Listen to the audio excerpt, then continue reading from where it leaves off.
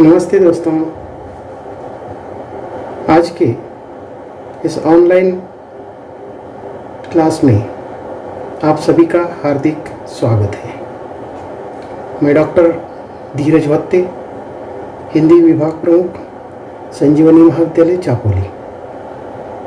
आज हम BA BCom BSc द्वितीय वर्ष एसएल हिंदी का जो पाठ्यक्रम है, उस पाठ्यक्रम में से एक रचना को आज हम देखने वाले हैं। इसके पूर्व की ताशिका में हमने देखा था कि कथ्यतर गद्य का जो पाठ्यक्रम है किस प्रकार का है। इस पाठ्यक्रम के अंतर्गत विभिन्न प्रकार की जो हिंदी की गद्य विधाएं हैं, उन विधाओं का परिचय भी हमने देखा था। आज हम पाठ्यक्रम के अंतर्गत एक एकांकी है, डॉक्टर रामकुमार वर्मा का एकांकी औरंगजेब की आखिरी रात। इस एकांकी को देखने के पहले एकांकी किसे कहते हैं, एकांकी का स्वरूप क्या है, इसकी पूर्व की ताशिका में भी हमने समझने का प्रयास किया है। परंतु संक्षेप में पुनः एक बार एकांकी को समझना आवश्यक है। नाटक और एकांकी ये दोनों भी दृश्य विधाएं हैं। दोनों का संबंध मंच के साथ गहरे रूप से होता है और अक्सर हम देखते हैं कि महाविद्यालय की जो कक्षा है, इन कक्षाओं के अंतर्गत नाटक और एकांकी का अध्यापन करते समय केवल नाटक और एकांकी की जो कथा वस्तु है या चरित्र चित्रण है, इन दो बिंदु पर ही अधिक बल दिया जाता है और इसी प्रकार की प्रश्न भी पूछे जाते हैं। परंतु इस पाठ्यक्रम के अंतर्गत जो एकांकी है, तो इस एकांकी के माध्यम से हमें केवल इन दो बिंदुओं को ही नहीं देखना है, तो एकांकी को बहुत व्यापक दृष्टि से हमें देखना है। एकांकी का अध्ययन करते समय जैसे कि नाटक और एकांकी का जो प्रमुख उद्देश्य है वह रंगमंच की दृष्टि से, अर्थात नाटक और एकांकी का अभिनय किया जाता है, इसीलिए तो इसे दृश्य काव्य कहा गया है। तो इस प्रकार इसके पूर्व भी मैंने कहा था कि नाटक एकांकी फिल्म, दूरदर्शन, सीरियल को देखते समय अर्थात एक व्यापक दृष्टि से तीन विभिन्न विधाओं को हमें देखना है। जैसे कि मैंने कहा था कि कथा वस्तु और चरित्र चित्रण के अलावा अन्य अनेक जो बिंदु होते हैं नाटक और एकांकी में, उनको भी देखना आवश्यक है। उदाहरण के तौर पर नाटक का अभिनय है, उसके साथ साथ उसमें संगीत होता है, नाट्य होता है, उसकी भाषा, शैली, केशभूषा, वेशभूषा, मंच है, किस प्रकार का मंच है, आदि सारी जो बातें हैं इस नाटक और एकांकी को देखते समय देखने की आवश्यकता है। तो इस प्रकार हम जिस एकांकी को देख रहे हैं, उस एकांकी के साथ साथ अन्य जो बिंदु हैं, उन बिंदुओं पर भी चर्चा करते रहेंगे। तो एकांकी क्या है? एकांकी की जो उत्पत्ति है वह नाटक से ही हुई है। 19वीं शती की एक विशिष्ट परिस्थिति के कारण पश्चिम में सबसे पहले एकांकी का उद्भव हुआ है। इस युग में प्राचीन युग की प्रत्येक जो बृहद विधा थी, उस बृहद विधा के लघु संस्करण किए जाने लगे थे।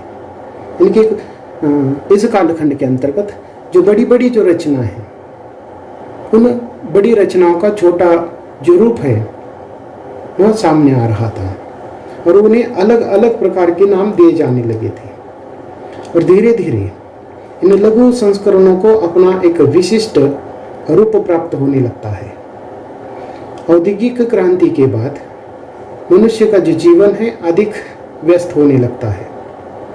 अगर हम एकांकी की बात करें तो एकांकी का प्रमुख जो उद्देश्य है वह मनोरंजन हम मानते हैं और अधिकतर एकांकी नाटकों को देखते समय हम मनोरंजन के उद्देश्य ही देखते हैं। परंतु जैसा कि मैंने कहा कि 19वीं शती के विशिष्ट परिस्थिति के कारण एकांकी का उद्भव हुआ है। जिस प्रकार एकांकी का उद्भव हुआ है उसी प्रकार हिंदी साहित्य के अंतर्गत अन्य भी बहुत सारी छोटी जो विधा है उन विधाओं का निर्माण हुआ है। इन विभिन्न विधाओं को हम इस प्रश्न पत्र के माध्यम से देखना है। इसके पूर्व हमने उसकी चर्चा की है। हर रचना की जो विधा है वो किस प्रकार के उसका स्वरूप हमें देखना ही है। परंतु आज हम इस ताशिका के अंतर्गत केवल एकांकीकार और पाठ्यक्रम के अंतर्गत निर्धारित जो एकांकी है उसको ही देखना है। तो इस प्रकार हम औद्योगिक क्रांति की बात कर रहे थे। औद्योगिक क्रांति के बाद मनुष्य के पास पर्याप्त समय नहीं है। मनुष्य ने नाटक का छोटा रूप एकांकी का स्वीकार किया। समाज व्यवस्था में भी धीरे धीरे परिवर्तन शुरू होता है। पहले नाटकों के माध्यम से जो मनोरंजन होता था वह सामान्य जनता के लिए नहीं था। पहले मनोरंजन अमीर, सामंत, विशिष्ट वर्ग या विशिष्ट वर्णों के लोगों के लिए ही होता था। आम आदमी के लिए उस समय इस प्रकार की एकांकी या नाटक नहीं थे। आम आदमी के मनोरंजन का जो साधन था लोकगीत या जिसे हम लोक नाट्य कहते हैं, इसके माध्यम से सर्वसामान्य मनुष्य अपना मनोरंजन कर लेता था। समय की कमी यह इस युग की सबसे बड़ी समस्या है। इसी कारण 7 अंकों के नाटकों के बाद 5 अंकों के नाटक लिखे गए। फिर 5 अंकों से 3 अंकों के नाटक लिखे गए। 3 अंकों के बाद नाटकों के अंकों की संख्या कम होते होते 1 अंक पर आ गई और इन्हें हम हिंदी में एकांकी कहते हैं, मराठी में एकांकिका कहते हैं और अंग्रेजी में 1 एक्ट प्ले कहा जाता है। तो इस प्रकार आधुनिक युग की एक महत्वपूर्ण विधा के रूप में हम एकांकी को देखते हैं। एकांकी उद्भव के कई कारणों का उल्लेख किया जा सकता है। उनमें से कुछ प्रमुख कारणों का अगर उल्लेख ही करना है तो पहला जो कारण है आधुनिक जीवन की व्यस्तता है। मनुष्य आज इतना व्यस्त हो चुका है कि उसके पास समय नहीं है या समय की कमी है। वो कम से कम समय में अधिक से अधिक मनोरंजन करना चाहता है। ये उसका पहला कारण है। और एकांकी के माध्यम से, अर्थात एकांकी 1 अंक की होती है, कम समय में उसका अभिनय किया जाता है, तो इसीलिए लोगों ने नाटक की अपेक्षा एकांकी को पसंद किया। पश्चिम में जनता के मनोरंजन के लिए तो इस प्रकार के विनोदपूर्ण इंट्रोड्यूस लिखे जाते थे। उसी का विकसित रूप आगे चलकर एकांकी कहा गया है। 19वीं शती में पेरिस, बर्लिन, लंदन, शिकागो आदि नगरों में लघु मंचीय आंदोलन शुरू हो जाते हैं। इस कारण भी एकांकी का विकास हुआ है। यूरोप में प्रीतिभोज के पूर्व के समय का उपयोग करने के लिए इस प्रकार के कुछ प्रहसन लिखे गए हैं और ये जो प्रहसन है आगे चलकर एकांकी का रूप धारण करते हैं। उसके बाद अनेक कारणों में से एक महत्वपूर्ण जो कारण है 19वीं शती के अंत तथा 20वीं शती के आरंभ में विश्व भर में स्कूल और कॉलेजों की संख्या बढ़ जाती है। इन स्थानों पर पढ़ने वाले छात्रों को विविध अवसरों पर ये जो नाटक है या आगे चलकर हमने उसको एकांकी कहा है, तो इस प्रकार के नाटक खेलने पड़ते थे और कम समय में जो नाटक खेले जा सकते हैं ऐसे ही नाटकों का चयन होता था।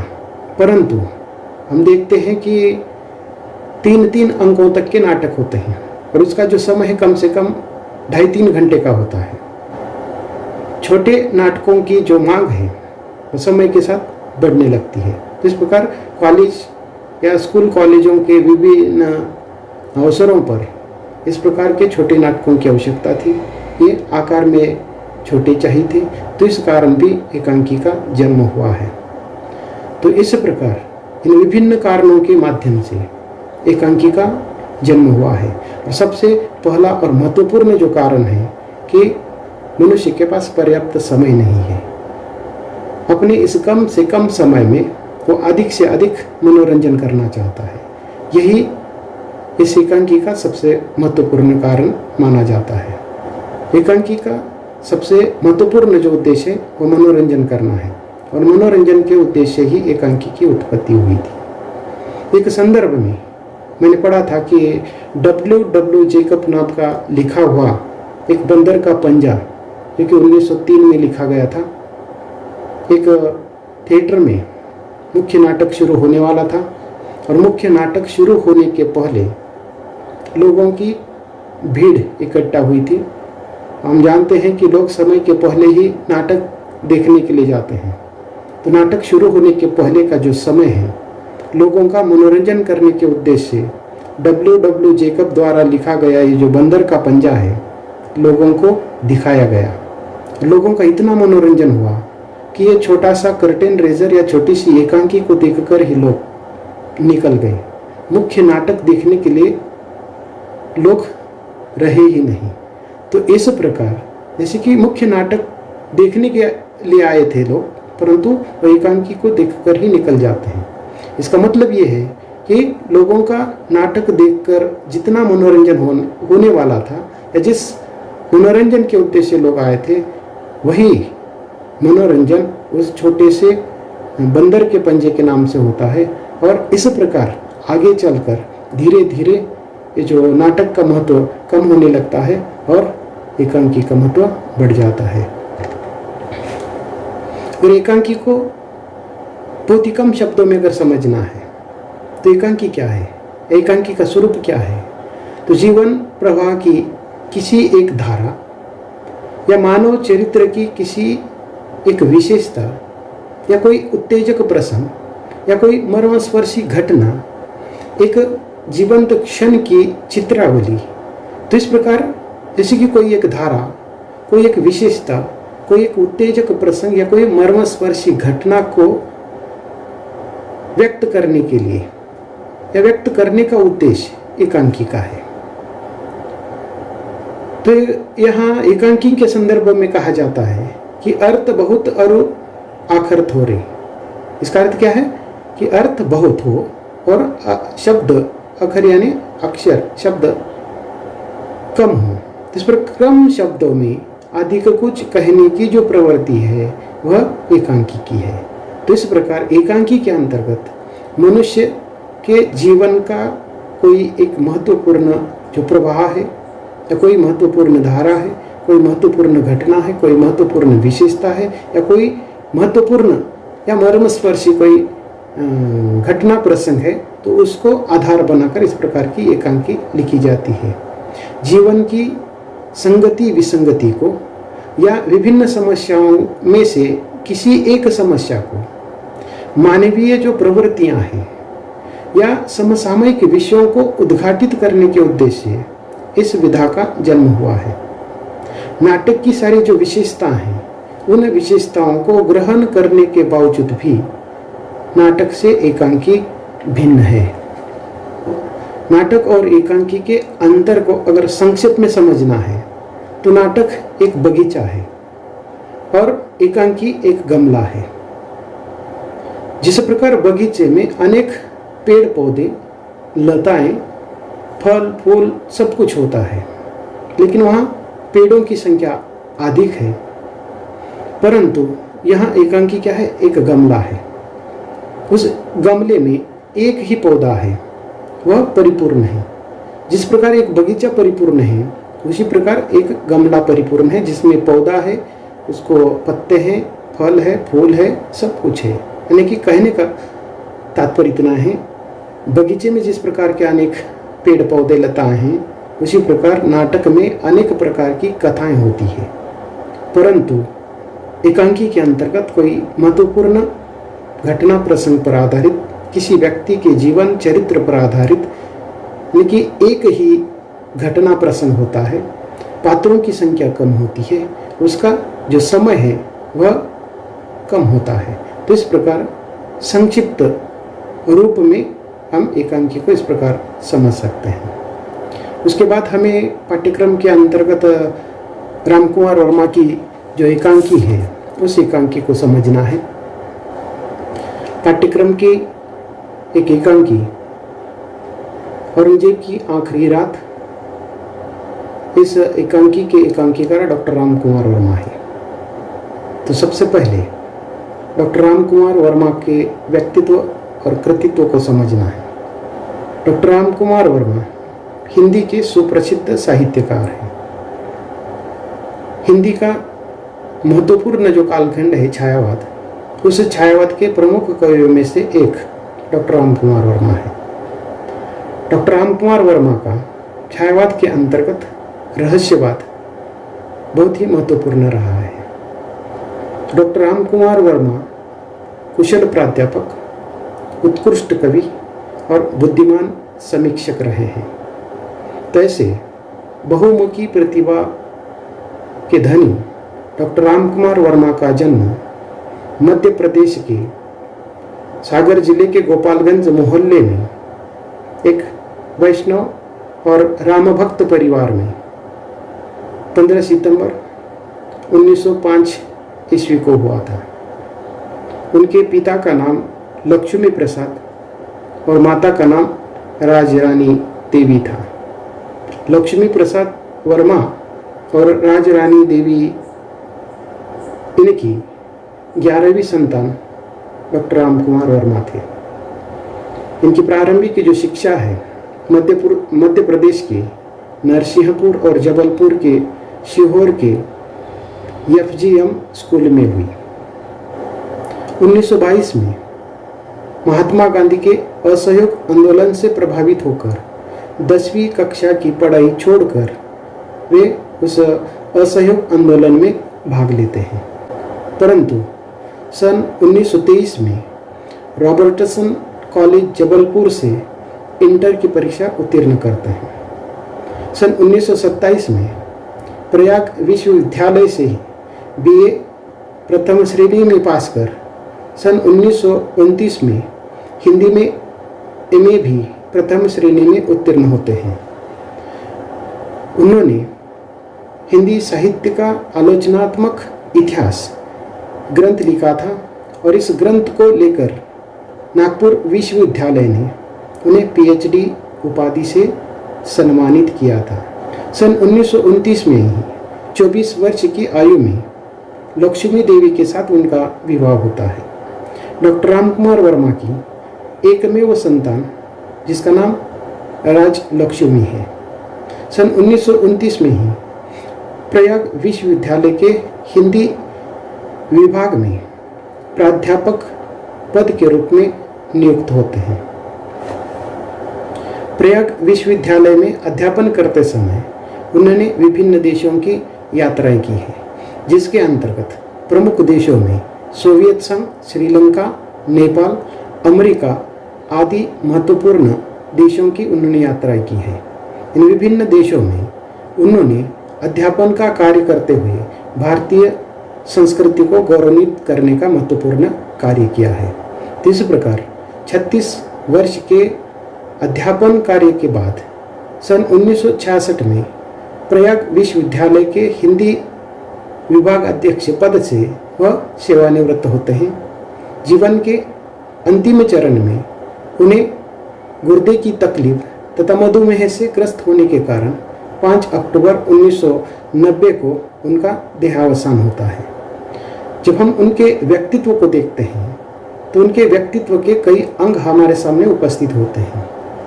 उन्होंने अपने जीवन में विभिन्न क्षेत्रों में कार्य किया है। सबसे पहले तो उन्होंने कवि के रूप में कार्य किया है। बचपन से ही, जैसे कि 12-13 वर्ष की अवस्था से ही उन्होंने कविता लेखन का महत्वपूर्ण कार्य शुरू किया था। तो इस प्रकार का 12-13 वर्ष की अवस्था से अपने जीवन के अंत तक निरंतर रूप में लगभग 33 वर्ष तक वह हिंदी साहित्य की सेवा करते रहे। इस कालखंड के अंतर्गत उन्होंने विभिन्न विधाओं के अंतर्गत लेखन किया है। जब हम देखते हैं कि उनकी जो कविताएं हैं, छायावाद के अंतर्गत उन्होंने लेखन किया है।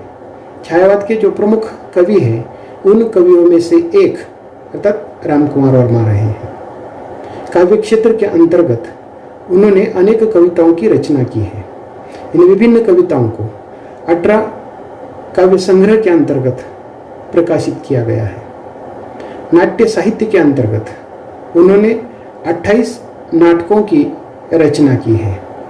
एकांकी के क्षेत्र के अंतर्गत 125 से भी अधिक उन्होंने एकांकियों की रचना की है। संस्मरण के अंतर्गत 3 संस्मरण उनके प्रकाशित हो चुके हैं। उसके साथ ही आलोचना के क्षेत्र में 5 आलोचनात्मक रचनाएं उनकी प्रकाशित हो चुकी हैं। संपादन के क्षेत्र में भी 13 ग्रंथों का संपादन उन्होंने किया है। तो इस प्रकार इन विभिन्न साहित्यिक विधाओं के साथ साथ जब हम रामकुमार वर्मा को देखते हैं तो वे एक अभिनेता भी रहे हैं।